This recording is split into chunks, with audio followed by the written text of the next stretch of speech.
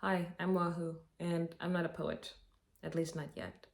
I want to spend the next 2 weeks becoming a poet. I'm going to do everything in my power to become a poet. I've always liked the idea of me being a poet, and yet here I sit not writing poetry. And I want to dedicate at least an hour every single day to writing poetry, writing whatever, man. Just come on. Um, yeah, come along with me on this journey, and we'll see if by the end I've learned my lesson and given up this hope, this dream of being a poet, or if I simply become a poet. And what is a poet? I believe I have the heart of a poet. I believe I have the soul of a poet, and yet I don't have the writing of a poet. Before you ask me what will you need for this journey, do not fall into the trap. All you need is a pen, pencil, and paper. Do not fall into the trap of trying to get the best thing, the best materials, thinking that they will make you good at this thing. They will not. They will not. The goodness is inside. You don't need the ultramatic pencil pingle with blueberry whistle waggle ink to be able to get started on this journey. So you just need yourself, a writing utensil, and a blank piece of paper, and your imagination. Okay, so I'm cheating here a little bit. I already have a poem. I wrote it yesterday, and then I decided that I'm gonna do this video. So I'm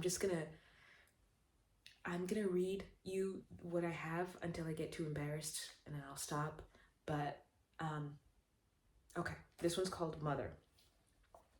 A sea of scorched red sand roils between us. You and your righteous, unreaching self, resolved to stand apart, above, and me, a foreigner in a foreign land, with arms crossed and chin tilted to my alien sky.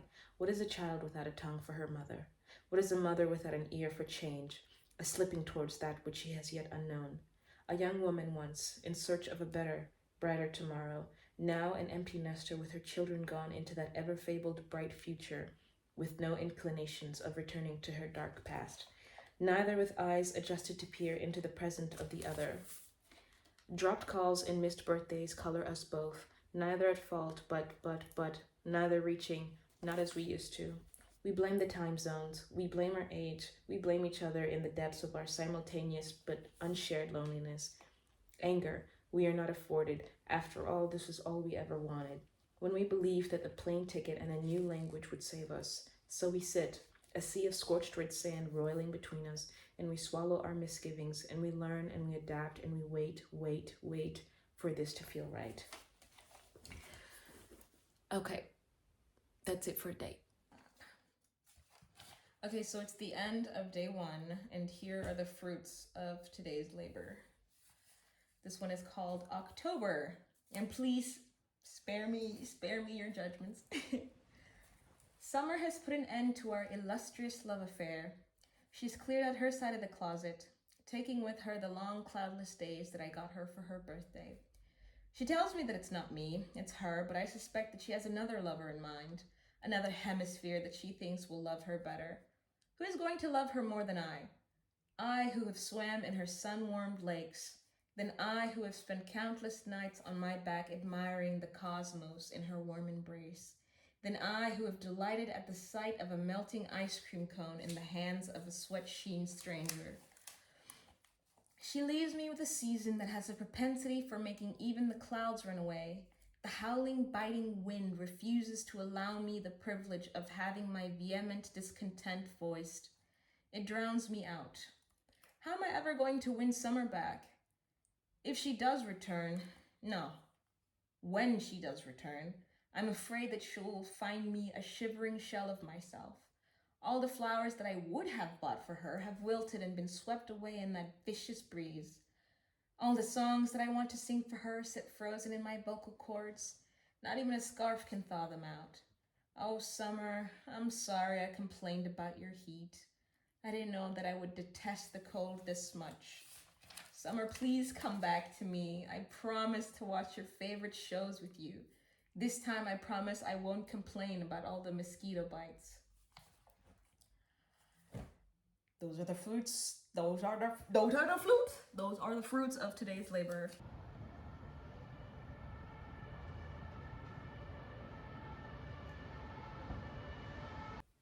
Okay, so it's the end of day 2. Today I've been going through some caffeine withdrawals, so my writing suffered a little bit. I got frustrated and I don't know, I'm trying to talk and do something else at the same time. And I guess I wanted to experiment with like rhyming things and I couldn't get it. I got frustrated and stopped. This is called red roof tiles. I don't know much about them. That shouldn't surprise. I don't know much about anything.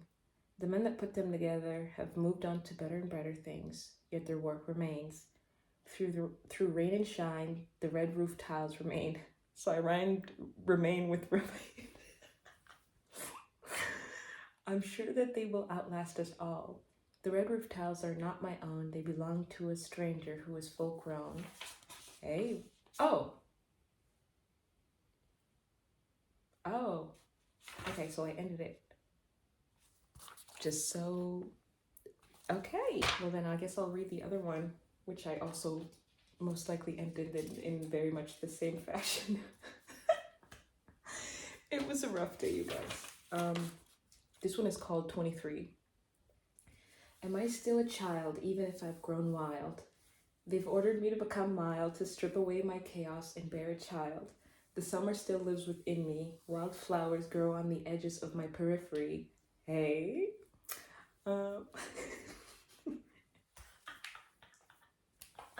Rhyming is hard. The summer still lives within me. Wild flowers grow on the edges of my periphery. Dappled sunlight soaks the skin of my feet. That one was weak. Am I still a child if I gnaw on the bones of strangers? If I snarl and sneer at all the dangers? Lame. If I shoot my... If I shoot my flaming arrows at any and all rangers? 23 is much too young, I think, to refuse a sip of the nectar I drink. And then I just... So, they can't all be winners, guys. Come back tomorrow and we'll see. Hopefully I have a better writing day. Okay, so I didn't end up doing any writing this day because I went to go visit Benjamin in the hospital, and as you can see, he was very, very ill and desperately needed my attention.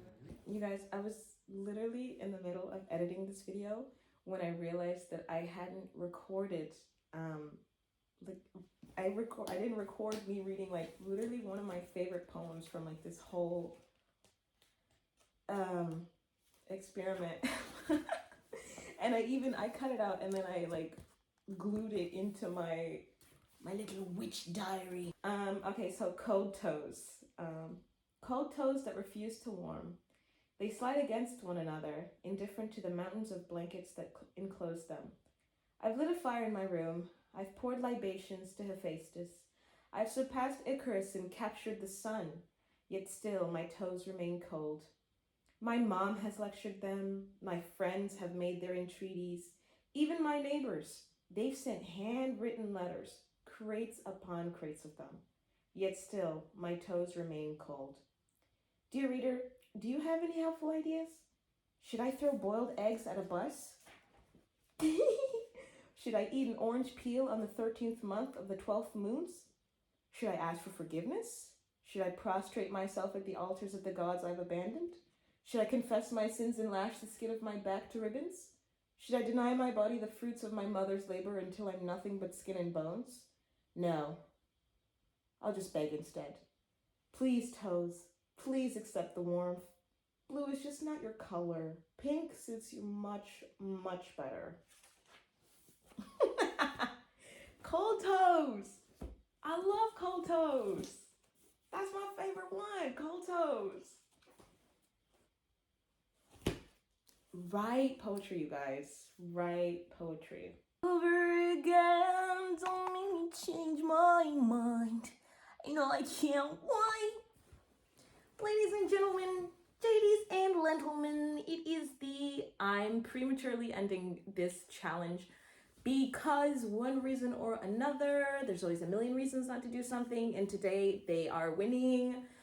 I really enjoyed this. This is not good. This just because I'm ending the challenge early doesn't mean I'm not going to be writing poetry anymore. It just means that this context, I'm no longer going to be applying to my writing journey. But I don't know. Just even editing this video is making me like want to write again, because when I first woke up today, I was like, oh, like it's over. Like I'm done. But as I've been editing, I'm just like, wow, like this has been a really fruitful experiment for me. And just because it's, ending prematurely doesn't mean that it was a complete waste. And I hope you got something out of this. If not entertainment, then perhaps inspiration, just for your own sake, perhaps even if I could even, hazard to assume such a thing. But anyway, this has been really fun, and I am a poet. I've decided I am a poet. And yeah, I just had fun, and thanks for sticking around. Thanks, and I hope, I already said all that, but do you like fish? I got this at a flea market here in Berlin. It was like $20, but like, I feel like the max I would pay for a diary is 25 euros. That's like the maximum that I would pay for a diary. Some people, the maximum is $2, and that's fine. But for me, I feel like, I don't know, it's like an investment piece, and I want it to like still be in shape like 30 years from now, you know what I mean? Like, I'm not just writing for today, I'm writing, these are the archives, the Wahoo archives. So I just want them, and who cares? Nobody, who cares? Okay, have fun, good night, love you, have a good day, eat some good food, love your neighbor, love your mom, love your friends, love the dogs, love the cat.